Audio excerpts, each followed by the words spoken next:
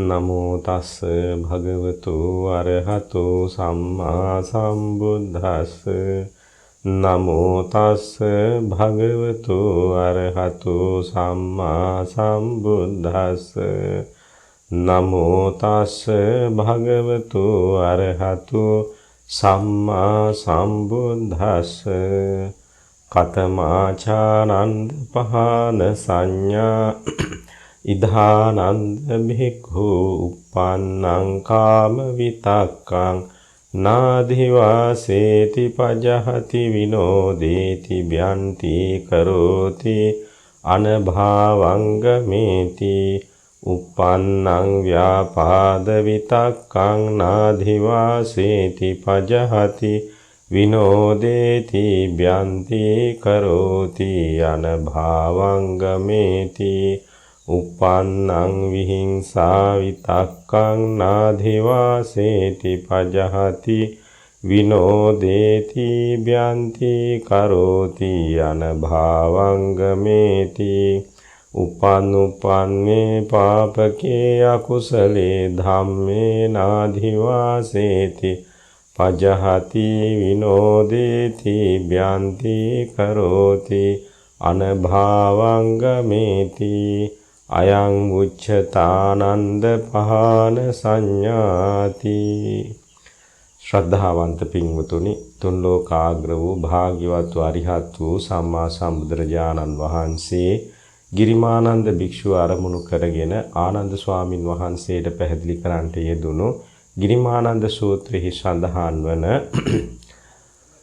පස්වන පහන සංඥාව පිළිබඳවයි මේ පාඨයෙන් ප්‍රකාශ වුණේ. මීට පෙර අනිච්ච සංඥා, අනත්ත් සංඥා, අසුභ සංඥා, ආදීනව සංඥා කියන මුල් සංඥා හතර පැහැදිලි කරලා තිබෙනවා.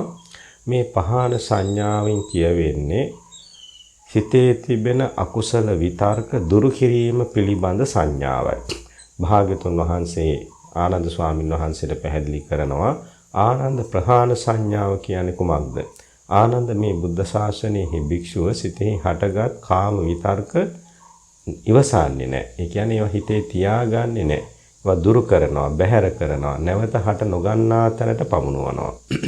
එසේම හිතේ හටගත් ව්‍යාපාද විතර්ක කියන්නේ ක්‍රෝධ සහගත සිතිවිලි ඒවා ඉවසන්නේ නැහැ. ඒවා වැඩෙන්නේ ඉඩ අරින්නේ නැහැ. ඒවා දුරු කරනවා, බැහැර කරනවා, නැවත හට නොගන්නා තැනටපත් කරනවා. සිතෙහි ඇති වූ හිංසාකාරී විතර්ක ඒවා ඉවසන්නේ නැහැ. ඒවා හිතේ තියාගන්නේ නැහැ. ඒවා දුරු කරනවා, බැහැර කරනවා, නැවත හට නොගන්නා තැනටපත් කරනවා. එසේම හිතෙහි උපනුපන් ලාමක පාපී අකුසල ධර්ම ඒවා ඉවසන්නේ නැහැ. ඒවා හිතේ පළපදියම් වෙන්න දෙන්නේ නැහැ. ඒවා දුරු කරනවා, බැහැර කරනවා, නැවත හට නොගන්නා තැනටපත් කරනවා. ආනන්ද මෙන්න මේක තමයි ප්‍රහාණ සංඥාව කියන්නේ කියලා භාග්‍යවතුන් වහන්සේ පැහැදිලි කළා. ඉතින් මේ ප්‍රහාණ සංඥාව පුරුදු පුහුණු කරන යෝගාවචරයා තමන් තුළ පහළවන සිත් පිළිබඳව නිරන්තරයෙන් සිහිය පවත්වා ගන්නට ඕන.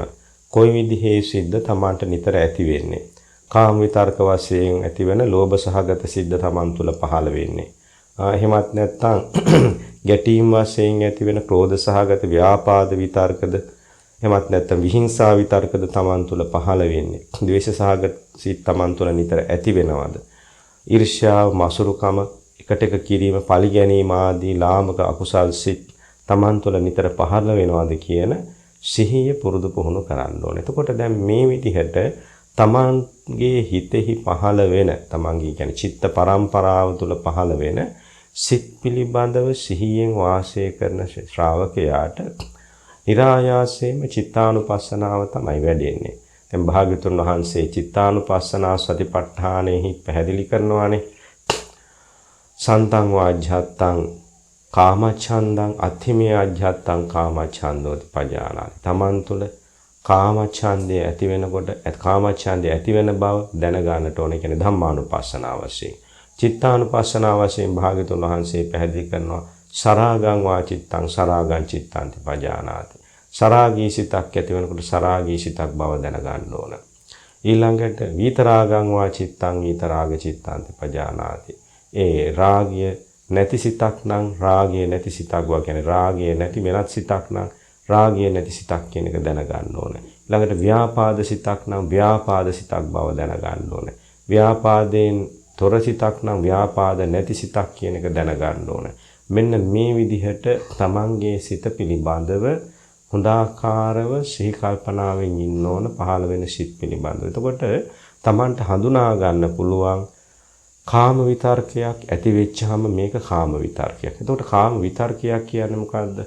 කාම කිව්වහම වස්තුකාම, ක්ලේශකාම කියලා දෙපැත්තකට බෙදන්න පුළුවන්. වස්තුකාම කියලා කියන්නේ ප්‍රියමනාප රූප, ඒ වගේම ප්‍රියමනාප ශබ්ද, ගන්ධ, රස, පහස.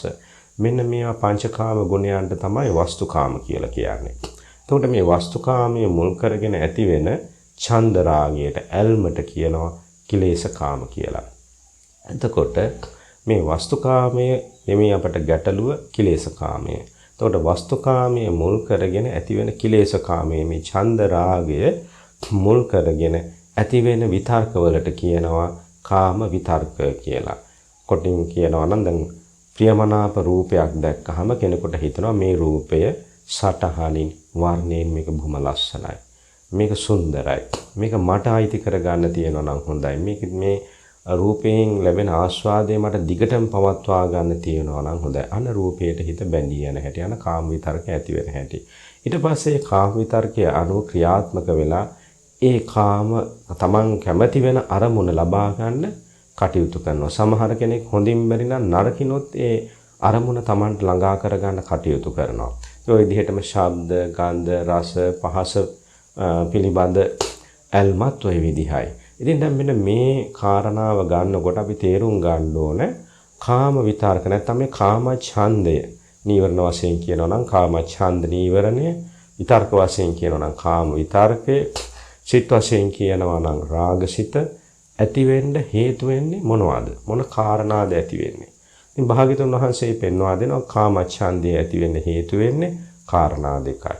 ඒ මොකක්ද? සුභ නිමිත්තත් අයෝනිසෝ මනසිකාරය. සුභ නිමිත්ත කියලා කියන්නේ යමක් හොඳ හැටියට, සුන්දර හැටියට, සුභ හැටියට දකිනවා. මේක ලස්සනයි, මේක අලංකාරයි, මේක ප්‍රියමනාපයි, මේක සටහනින් හොඳයි, මේක හඬින් හොඳයි, මේක ගන්ධයෙන් සුවඳින් හොඳයි, මේක රසයෙන් හොඳයි, මේක මේ පහස බොහොම ප්‍රියයි, සැපදායකයි. ඔන්න ඔය විදිහට රූප, ශබ්ද, ගන්ධ, රස, ස්පර්ශ පිළිබඳ අරමුණ හොඳ දෙයක් හැටියට දකිනවා. ආස්වාදනීය දෙයක් හැටියට දකිනවා. ඉතින් භාග්‍යතුන් වහන්සේ පෙන්වා දෙන ඇත්තටම රූප, ශබ්ද, ගන්ධ, රස, ස්පර්ශයන්හි ආස්වාදයක් තියෙනවා.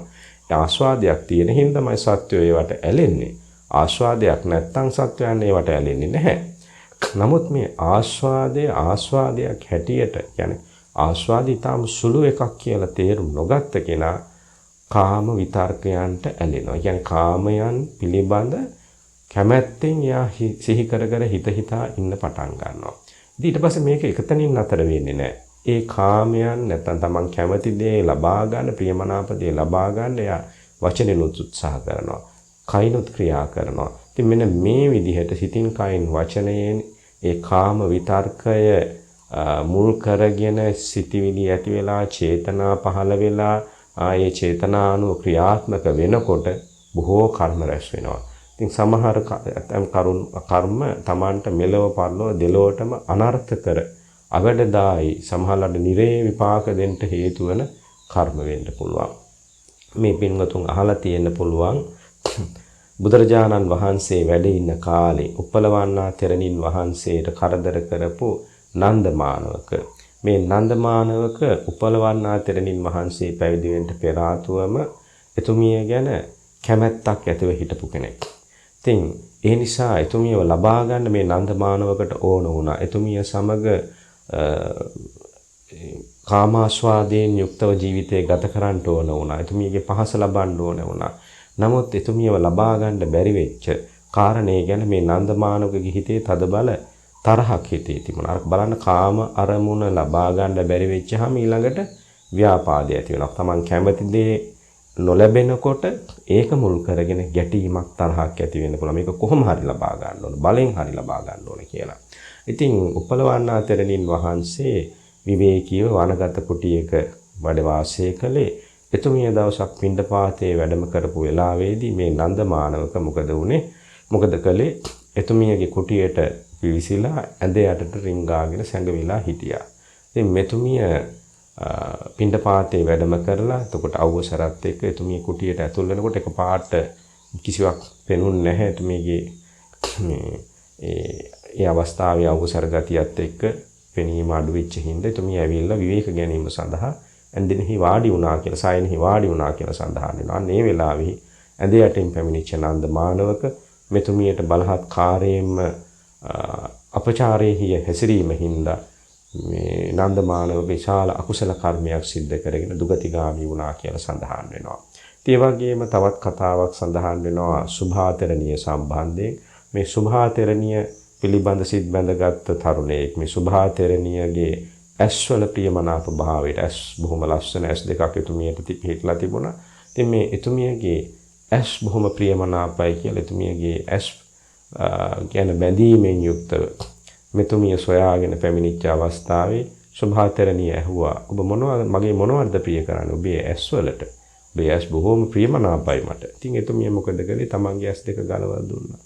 ප්‍රියමනාප නම් අරගෙන යන්න කියලා. ඉතින් මෙන්න මේ වගේ අපිට පේනවා තාම උතුම් ජීවිත ගත කරපු තෙරණින් වහන්සේලාට පවා ඒ එතුමියන් වහන්සේලාගේ ඒ ශ්‍රේෂ්ඨ තත්ත්වය අවබෝධ කරගන්න බැරි වෙච්ච සමහර කෙනෙක් එතුමියන් වහන්සේලා කෙනෙහි බැඳී ගිය සිතින් එතුමියන් වහන්සේලාට නොයේ කිරිහැර කරදර කරලා දුගතිගාමී වෙන විදිහ අකුසල් සිද්ධ කරගත්තා. ඉතින් අපිට ඒකෙන් පේනවා මේ කාම විතර්කයේ කොච්චර ලාමකද ඒ වගේම මේ කාම විතරක හිතේ හැසිරෙන්න හිතේ ඇති වෙලා ඒවා දිගින් දිගට හිතේ බලපවත්වන්න සිද්ධ වුණොත් නැත්නම් ඒවට අවස්ථාව ඉදදීලා බලා හිටියොත් එහෙම විවිධාකාර අකුසල කර්ම තමන් අතින් සිද්ධ වෙන්න පුළුවන්. සොරකම් කෙරෙන්න පුළුවන්. කාමයන්හි වරදවා හැසිරෙන්න සිද්ධ වෙන්න පුළුවන්. ඉතින් විශේෂයෙන් අද කාලේ අපිට පේනවා මේ සමාජයේ කාමයන්හි වරදවා හැසිරීම ඉතාම බහුල වශයෙන් අඩු වයස් බාල වයස්කාර දරුවන් වැඩිහිටියන් අතර දා බහුල වශයෙන් සිද්ධ වෙන ආකාරයක් දකින්න ලැබෙන ප්‍රවෘත්තීන්ගෙන් පැහැදිලි වෙනවා. ඉතින් මේකට හේතුව කුමක්ද? අද කාලයේ නොයෙක් අසභ්‍ය දර්ශන ඇතුළත් වීඩියෝ ආදී පටිගත කරපු මාධ්‍ය තුලින් දකින්න ලැබෙන දර්ශන නිසා බොහෝ දෙනා තුළ කාම විතර්ක පහළ වෙනවා. ඊට පස්සේ ඒ කාම විතර්ක අත්හදා බලන ක්‍රියාවේ යොදවන්න හිතෙනවා. ඉතින් අන්න ඒක නිසා සමහරලාට පාසල් යන වයසේ දරුවෝ නොයෙක් විදිහේ ලිංගික අපචාරවලට යොමු වෙනවා මේ කාම විතර්ක පුරුදු පුහුණු කිරීම නිසා. එයා ඒ වත්හදා බලන්ට යෑම නිසා. ඊළඟට තරුණයන් අතර වැඩිහිටියන් අතර කාමයන්හි වර්ධවා හැසිරීම වශයෙන් නොයෙක් විදිහ අපචාර සිද්ධ වෙන ආකාර අපට අහන දකින්න ලැබෙනවා.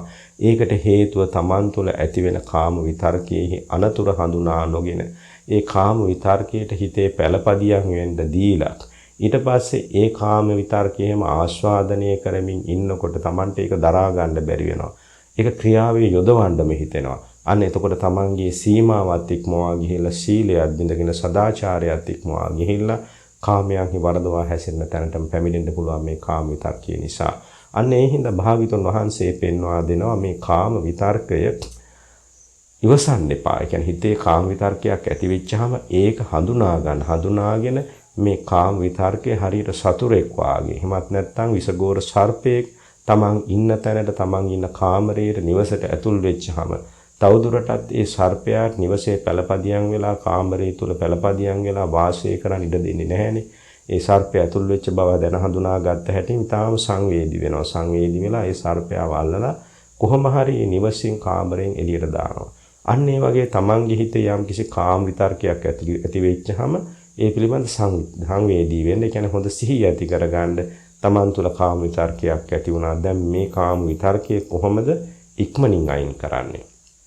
අයින් කරන විදිහත් තේරුම් ගන්න ඕනේ. නැත්තම් අපි අයින් කරන්න කියලා හිතුවට අර සර්පයෙක් අල්ලලා එළියට දානවා වගේ කාම විතර්කේ නිකන් අල්ලලා එළියට දාන්න බෑ. කාම විතර්කයේ තමන්ගේ సంతාණයෙන් වැහැර කරන්නේ කොහොමද කියන එකත් තේරුම් ගන්න ඕනේ. ඇයි කාම විතර්කය ඇති වුනේ?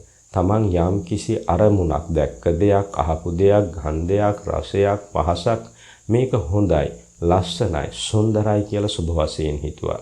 ඊළඟට ඒක පිළිබඳව වැරදි විදිහට කල්පනා කළා. තමන්ගේ හිතේ කැමැත්ත උපදින විදිහට, ඒ කැමැත්තට බැඳෙන විදිහට කල්පනා කළා. ඒ කොහොමද? මේ අරමුණ නිත්‍යයි. මේ අරමුණ පවතිනවා, දිගටම තියෙනවා. මේ අරමුණත් එක්ක මට දිගටම ඉන්න ඕනේ. මේ අරමුණෙන් ලොකු සැපයක් ලැබෙනවා. මේ සැපේ මට දිගටම තියාගන්න පුළුවන්. මේ සැපේ විඳින්න තමන්ට උවමනාව තියෙනවා. එතකොට තමන් කියන පුද්ගලයෙක් පිළිබඳව සංකල්පයක් ඇති කරගෙන ඒ පුද්ගලයාට මේ සැපේ දිගටම ලබා දෙන්න ඕන කියන ආත්ම සංකල්පනයක් මෙතනට එනවා. එතකොට මෙන්න මේ විදිහට සුභ වශයෙන් ගත්ත අරමුණ පිළිබඳව වරදවා කල්පනා කිරීම නිසායි කාම විතර්කය ඇති වුනේ. එහෙමනම් ඒක අනිත් පැත්තට හරවන්න ඕනේ. ඒ කොහොමද? සුභ වශයෙන් ගත්ත අරමුණ අසුභ වශයෙන් බලන්න ඕනේ. රූපයක් නම් Taman දැක්ක රූපයක් නම් මනුෂ්‍ය රූපයක් නම් ස්ත්‍රියක් වේවා පුරුෂයෙක් වේවා මේ රූපය කොහොමද හැදිලා තියෙන්නේ? සතර මහා ධාතුන්ගෙන් හැදිච්ච මේ රූපය වෙනස් වෙන හැටි නුවණින් දකින්න. මේ රූපය තුල මොනවද තියෙන්නේ?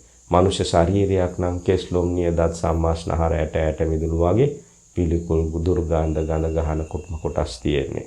අන්න එහෙම බෙදා බලන්න. දිව්‍ය රූපයක් වුණත් ඒවත් සතර මහා ධාතුන්ගෙන් හැදිලා තියෙන. ඒක වෙනස් වෙනවා.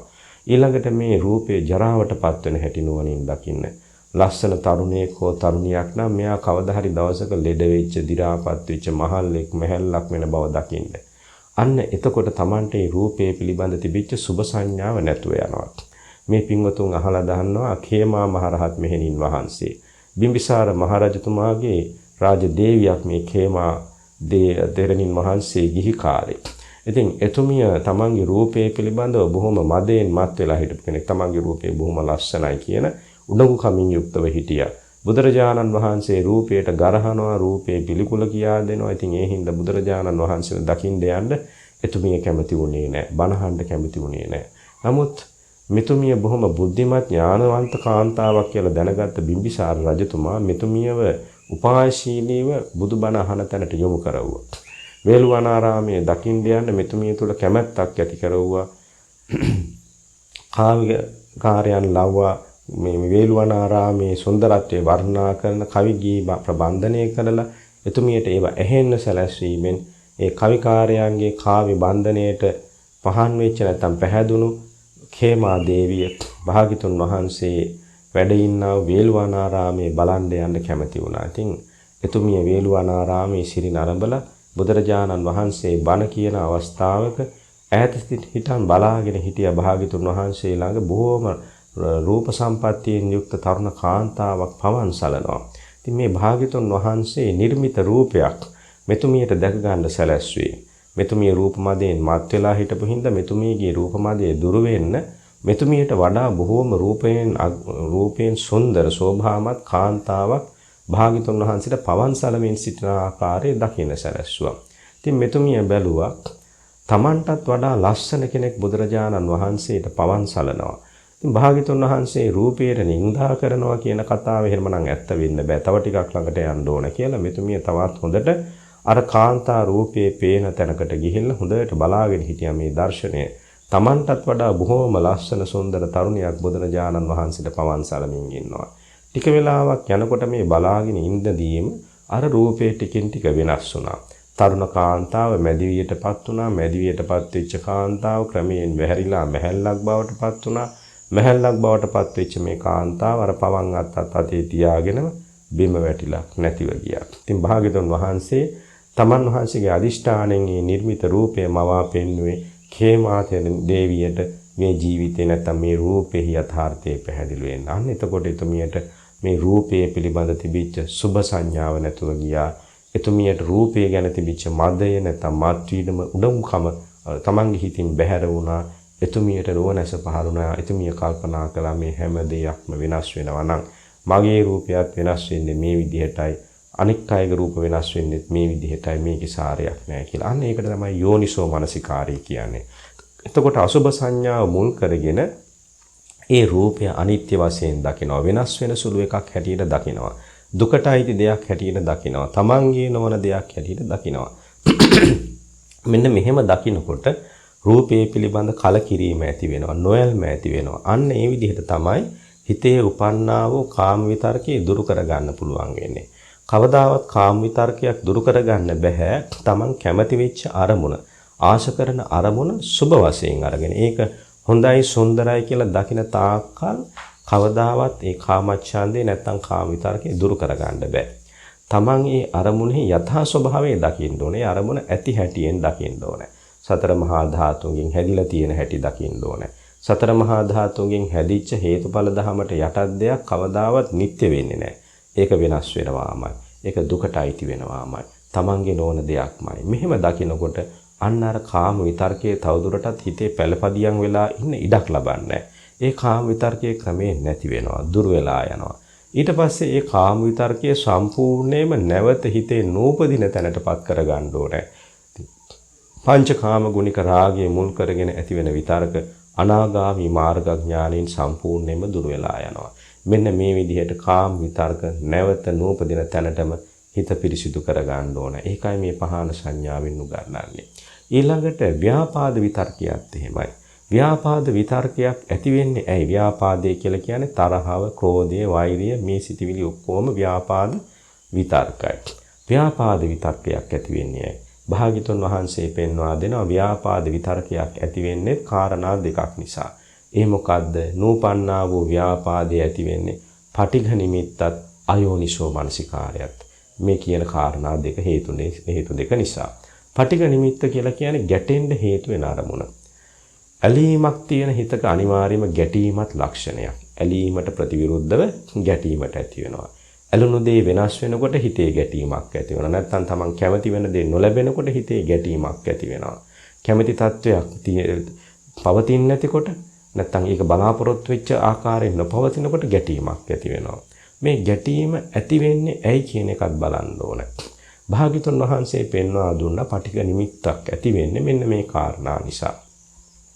කෙනෙක් හිතන්න පුළුවන් අහවලා මට අතීතයේහි අනර්ථ කළා.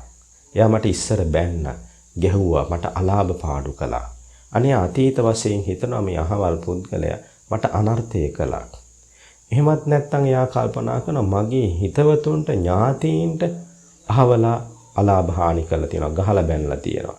මගේ අම්මට තාත්තට මෙයා ඉස්සර අරියාදු කරලා තියෙනවා, අපහාස කරලා තියෙනවා, නිඳා කරලා තියෙනවා, අලාභ කරලා තියෙනවා. අන්න මේ විදිහට බලනවා තමන්ගේ ප්‍රියයන්ට, ඥාතීන්ට, හිතවතුන්ට මෙයා අලාභ කරලා තියෙනවා. මට කරලා නැහැ. නමුත් මගේ ඥාති හිතවතුන්ට කරලා තියෙනවා. මෙයා අපේ පරම්පරාවේම හතුරෙක්. අන්න මේ විදිහට සමහරු කල්පනා කරනවා. එහෙමත් නැත්නම් තමන්ගේ හතුරට මෙයා උදව් කරනවා. කරලා තියෙනවා අතීත වශයෙන්. එතකොට අතීත වශයෙන් හිතනවා තමන්ට මෙයා වැඩ කරලා තියෙනවා. එහෙමත් නැත්නම් මෙයා අතීතයේ නැත්නම් ඉස්සර මෙයා මගේ ඥාතීන්ට, ප්‍රියයන්ට, හිතවතුන්ට වැඩ කරලා තියෙනවා. නැත්නම් අපේ ජාතියට වැඩ කරලා තියෙනවා. එහෙමත් නැත්නම් මෙයා මගේ සතුරන්ට, අප්‍රිය පුද්ගලයන්ට නැත්නම් මට විරුද්ධකාරයන්ට මෙයා උදව් කරලා තියෙනවා. මෙන්න මේ විදිහට අතීත වශයෙන් ගන්නවා. එහෙමත් නැත්නම් වර්තමානයේ සලකන්න පුළුවන්.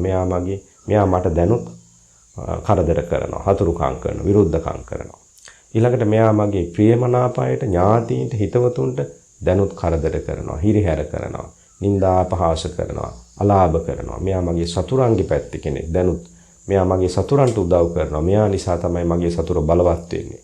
අන්න එහෙම කල්පනා කරනවා. අනාගත වශයෙන් උත් හිතන්න පුළුවන්. මෙයා මට දැන් විතරක් නෙවෙයි මෙයා මට අනාගතයටත් කරදර කරයි. දැන් මෙහෙම කරනවා නම් අනාගතයට මොනවා කරයිද දන්න. එහෙනම් මෙයාව නැති කරලා දාන්න ඕන. ආන්න බලන්න. අනාගත වශයෙන් උත් කල්පනා කරලා ව්‍යාපාද විතර්ක ඇති වෙන හැටි. ඊළඟට හිතනවා මෙයා මගේ ඥාතීන්ට කරදර කරන්න පුළුවන්. මෙයා ජීවතුන් අතර හිටියොත් මගේ දුවදරුවන්ට අනාගතේ කරදරයක් වෙන්න පුළුවන්. එහෙනම් දැන් මම නැති කරන්න ඕනේ. එතකොට අනාගත වශයෙන් හිතනවා මගේ ඥාතීන්ට, ප්‍රියයන්ට, හිතවතුන්ට මෙයාගෙන් කරදර වෙයි. එහෙමත් නැත්නම් අනාගතයේත් මෙයා මගේ සතුරන්ට උදව් කරයි. එතකොට අනාගතයේත් මට මේ සතුරන්ගෙන් කරදර වෙනවා මෙයා නිසා. ඕන් ඔය විදිහට කෙනෙක් හිතේ ගැටීම ඇති කරගන්න හිතන ආකාර පිළිබඳව භාග්‍යතුන් වහන්සේ නව ආඝාත වස්තු තුලින් පැහැදිලි කළා. ඊළඟට සමහර කෙනෙක් ඉන්නවා අස්ථානයේ කිපෙනවා. එයාට පොඩි දෙයක් ඇති හිතේ තරහ ඇති කරගන්න. වැස්සත් ඇති, පෑවුවත් ඇති. එයා හිතනවා මේක මහා කරදරයි. දැන් මේක කරන්න බෑ. මේ විදිහට එයා අස්ථානයේ කිපෙනවා. ඉතින් මෙන්න මේ ක්‍රෝධය නිසා අද කාලේ බොහෝ දෙනෙක් මානසික ආතතියෙන් පෙළෙනවා. ඒ අය නිරන්තරයෙන්ම ව්‍යාපාද විතර්ක තුළ වාසය කරන්නේ. ඒකට බටහිර මනෝවිද්‍යාව අනුව සඳහන් කරන්නේ ડિප්‍රෙෂන් කියලා. ડિප්‍රෙෂන් කියන්නේ මානසික ආතතිය. මේ මානසික ආතතිය ඊටාම භයානකයි. මොකද ඒකට හේතුව දැන් සමහර කෙනෙකුට මුලදී පොඩි කාරණාවක් නිසා මානසික ආතතිය ඇති වෙලා ඊට පස්සේ මේක වැඩෙනවා. ඊට පස්සේ සමහර වෙලාවට මේක උග්‍ර තත්වයට ආවහම මෙයා ජීවිත හානි කරගන්න පුළුවන්. අනික් අයගේ ජීවිත නැති කරන්න පුළුවන්. ඉතින් ඒක නිසා මේ ව්‍යාපාද විතර්ක පිළිබඳව තාමත්ම සැලකිලිමත් වෙන්න ඕනේ. හිතේ ඇති වෙච්ච හැටියෙම මේ ව්‍යාපාදේ නිවා දාන්න ඕනේ. එහෙම නැති වුණොත් මේ ව්‍යාපාදේ වර්ධනය වෙලා ගිහින් මානසික රෝගී තත්ත්ව ඇති වෙන්න පුළුවන්. මානසික ආතතිය ඇති වෙන්න පුළුවන්. දැඩි මානසික පීඩනයන්ටපත් වෙලා තමන්ගේ ජීවිතයත් නැති කරගෙන අනුන්ගේ ජීවිතත් නැති කරන්න පුළුවන්. මම දන්න තරුණයෙක් ඉන්නවා. ඒ තරුණයා කාලයකට ඉහළදී. ඒ තරුණයාට ප්‍රියමනාප නැත්නම් හිත ගිය තරුණියක් හිටියා. ඊට පස්සේ මේ තරුණයා බැලුවා ඒ තරුණියව කැමති කරවා ගන්න. නමුත් ඒ තරුණිය කැමති වුණේ නැහැ. ඉතින් ඒ නිසාම මෙයාට බලවත් චිත්ත පීඩාවක් ඇති වුණා. ඒ සිත් පීඩාව නිසාම මෙයා ඒ ගැනම කල්පනා කරගෙන ඉඳලා මේ මානසික පීඩනය නිසා සීදි හානි කර ගන්නටත් වරින් වර උත්සාහවන්ත වුණා. නමුත් ඒක කෙරුන්නේ නැහැ. නමුත් මෙයාට වරින් වර මේ මානසික ආතතිය කියන මේ ගැටලුව හින්දා නිරන්තරයෙන් ක්‍රෝධ බහුලව වාසය කරන තැනට පැමිණියා. අතින් අන්න ඒ වගේ සමහර කෙනෙකුට මේ ඇතිවෙච්ච සුළු කාරණාවක් නිසා ඒ අවස්ථාවේදී ඒ පටිඝසිත දුරු කරගන්න බැරි වුණොත් ඒ ව්‍යාපාද විතර්ක බහුල වෙලා ගිහිල්ලා ළඟට නිරන්තරයෙන් යා ඉන්නේ තරහත් එක්ක, ක්‍රෝධයත් එක්ක. ඒක තමයි යාගේ පැවැත්ම. යා ක්‍රෝධේම අල්ලගෙන ඉන්නවා. ඉතින් අන්න ඒ තත්ත්වය ඊටාම භයානකයි. මොකද යාට සුළු දෙයක් ඇති කාත් එක්ක හරි ගැටෙන්න සමහරට ඒ මිනිස්යාව ඝාතනය කරන්නත් පෙළඹෙන්න පුළුවන්. එහෙම බැරි වුණොත් තමන්ගේ ජීවිතය නැති කරගන්න පෙළඹෙන්න පුළුවන්.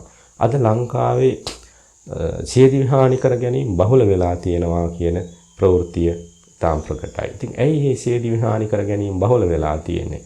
මේ ව්‍යාපාද විතර්කයේ හිතේ ඇති වෙන තරහව, ක්‍රෝධය, පටිඝය දරා ගන්න බැරි වෙච්චහම තමන්ගේ ජීවිතය නැති කර ගන්නවා. එහෙම බැරි වුණොත් අනික් අයගේ ජීවිත හරි නැති කරනවා. ඉතින් අන්න ඒක නිසා භාග්‍යතුන් වහන්සේ වදාලා ද්වේෂය ගැන, ක්‍රෝධය ගැන මෙහෙම හිතන්න. අනත්ථ ජනනෝ කෝධෝ චිත්තප්ප කෝපනෝ භයමන්තරතෝ ජාතං තං ජනෝ නාව බුද්ධති. මේ ක්‍රෝධය, ද්වේෂය ඊටාම අනර්ථකරයි. අනත්ථ ජනනෝ අනර්ථයක් සිද්ධ කරන්නේ. දෝසෝ චිත්තප්ප කෝපනෝ නැත්නම් කෝධෝ චිත්තප්ප කෝපනෝ මේ ක්‍රෝධය, ද්වේෂය හිත කුපිත කරනවා. භයමන්තරතෝ ජාතං තං ජනෝ නාව බුද්ධති. මේක අභ්‍යන්තරයේම හටගත්ත ශාල බයක්. ඒක සාමාන්‍ය මිනිස්සු අවබෝධ කරගන්නේ නැහැ. දුට්ඨෝ අත්ථං ඥානාදි දුට්ඨෝ ධම්මන්න පස්සති අන්ධන්ත මන්තදා හෝති යන් දෝසෝ සහතේ නරක්. ඉතින් ද්වේෂයෙන් යට වූ සිත් ඇති කෙනාට තමන්ගේ යහපත පේන්නෙත් නැහැ, මෙලොව අර්ථය පේන්නෙත් නැහැ, ධර්මයක් පේන්නෙත් නැහැ, පරලෝකාර්ථයක් පේන්නෙත් නැහැ. ඉතින් හරියට අන්ධකාරයකින් හිත වසාගත්තා වගේ. ඉතින් අන්න ඒ හින්දා තමන්ගේ හිතේ සුළු හෝ ද්වේෂයක්, ව්‍යාපාදයක් ඇති වුණොත් ඒක ඉතාම ඉක්මනින් හඳුනා ගන්න. හඳුනාගෙන තමන්ගේ අතේ තැවරිච්ච වසක් විසක් ඉතාම ඉක්මනින් තමන් මොකද කරන්නේ? අත පිරිසිදු කරගෙන ඒ වස විස අතින් දුරු කරනවා. නැත්තම් තමන්ගේ නිවසට ඉන්න තැනට විසගෝර නාගයෙක් ඇතුළු වුණොත් එහෙම තමන්ගේ නාගයට පළපදියම් වෙලා ඉන්න දෙන්නේ නැහැ. හැකි ඉක්මනින් තාම පහසු ක්‍රමයෙන් නැති තාම ආරක්ෂිත ක්‍රමයෙන් ඒ නාගයව තමන්ගේ නිවසෙන් වත්තෙන් බැහැර කරනවා. ආන්නේ වගේ තමන්ගේ හිතේ ඇතිවෙච්ච ව්‍යාපාදය තාම ඉක්මනින් බැහැර කරන්න. ඒකට පළපදියම් වෙලා රෝපණය වෙලා ව්‍යාපාද විතර්ක ඇති වෙලා ඒ ව්‍යාපාද විතර්කව ක්‍රියාත්මක වෙලා වචනේනොත් පරස වචන බවට පත් වෙලා ක්‍රියාවෙනොත් ප්‍රාණඝාත හිංසාකාරී ක්‍රියාවන් ඇති වෙන තැනටපත් වෙන්න දෙන්න එපා. මොකද ව්‍යාපාදේ වර්ධනය වුණොත් ඊළඟට ඇති වෙන්නේ ව්‍යාපාද විතර්කයෙන් විහිංසා විතර්ක. හිතනවා මේ තැනත්තා නැත්නම් මේ සත්‍යය මේ පුද්ගලයා හිටියොත් මට කරදරයි. මෙයාව නැති කරන්න ඕන. ඊට ඉස්සෙල්ලා සමහරලාට හිතනවා මෙයාට හිංසා කරන්න ඕන, ගහන්න ඕන, තලන්න ඕන, බනින්න ඕන. එහෙම බැරි වුණොත් මෙයාව මරලා හරි දාන්න ඕන කියලා ව්‍යාපාද විතර්කයෙන් විහිංසා විතර්කයට වැටෙනවා. එතකොට තවත් දරුණු අකුසල ක්‍රියා තමන්ගේ අතින් සිද්ධ වෙන්න පුළුවන්. ඉතින් ඒ හින්දා තමයි අද කාලේ සමහර දරුවන් අතින් තමන්ගේ මව පියා ඝාතනය වෙලා ඒ හිංසාවේ ප්‍රතිඵලයක් හැටියට ආනන්තරිය අකුසල කර්ම සිද්ධ වෙලා මරණින් බාතු විරාගාමී වෙන්නේ. ඉතින් අන්නේ එතනට ඔබේ හිතපත් වෙන්න දෙන්න එපා. ඔබේ හිත ආරක්ෂා කරගන්න ලැබුණා වූ මේ මනුෂ්‍ය ජීවිතයේ අර්ථය තමයි හිත හදා ගැනීම. ඒ හින්දා හිතේ උපදින කාම විතර්ක, ව්‍යාපාද විතර්ක, විහිංසා විතර්ක, වෙනත් ලාමක අකුසල විතර්ක තියෙනවා නම් ඇසිල්ලෙන්ම හඳුනාගෙන ඒවා හිතින් දුරු කරන්න, කුසල විතර්ක ඇති කරගන්න, අසිහිය දුරු කරලා සිහිය ඇති කර ගැනීමෙන් Tamanට පුළුවන් පහසුවෙන්ම මේ අකුසල විතර්ක දුරු කරලා කුසල විතර්ක හිතේ ඇති කරගෙන ඒවා වඩා වර්ධනය කරගෙන මේ ජීවිතයේත් මානසික සුවය, පරලොව සුගතිය, ඒ වගේම සියලුම කෙලෙසුන්ගෙන් අත මිදී ලබන්නා වූ නිර්වාණ ශාන්තිය සාක්ෂාත් කර ගන්නට. ඉතින් අනේ නිසා ඒ ත්‍රිවිධ ශාන්තියන්ව ළඟා කරගන්න මේ පහාන සංඥාව ඉතාමත්ම මහෝපකාරී. අනේ නිසා ඔබ හැම වෙලෙම මේ පහාන සංඥාව මතක තියාගෙන හිතේ ඇතිවෙන අකුසල ධර්මයන් දුරු කරගෙන මෙලොව සැනසීම, පරලොව සුගතිය, සංසාර දුකින් අත මිදී ලබන නිර්වාණ ශාන්තිය ලබා ගන්නා හැටියට අදිෂ්ඨාන කරගන්න. සිද්ධ කරගත්තා මේ සීල කුසල ධර්මයන් දේවරුන්ටත් තමන්ගේ චිත්ත සංතානවල පහළ වෙන අකුසල ධර්ම දුරු කරගෙන පහාන සංඥාව වඩා වර්ධනය කරගෙන කුසල ධර්මයන්හි හිත පිහිටුවාගෙන සදා සැනසීම වන නිවීම සාක්ෂාත් කරගන්නට හේතු වාසනා වේවායි පින් අනුමෝදන් කරමු. ආකාසට්ඨා ච භුම්මට්ඨා දේවා නාග මහිද්దికා පුඤ්ඤන්තං අනුමෝදිත්වා චිරං රක්ඛන්තු ශාසනං. ආකාසට්ඨා ච භුම්මට්ඨා දේවා නාග මහිද්దికා පුඤ්ඤන්තං අනුමෝදිත්වා චිරං රක්ඛන්තු දේශනං. ආකාසට්ඨා ච භුම්මට්ඨා දේවා නාග මහිද්దికා පුඤ්ඤන්තං අනුමෝදිත්වා බෝධයන්තු සිවං පදං. ඔබ හැමට තෙරුවන් සරණයි.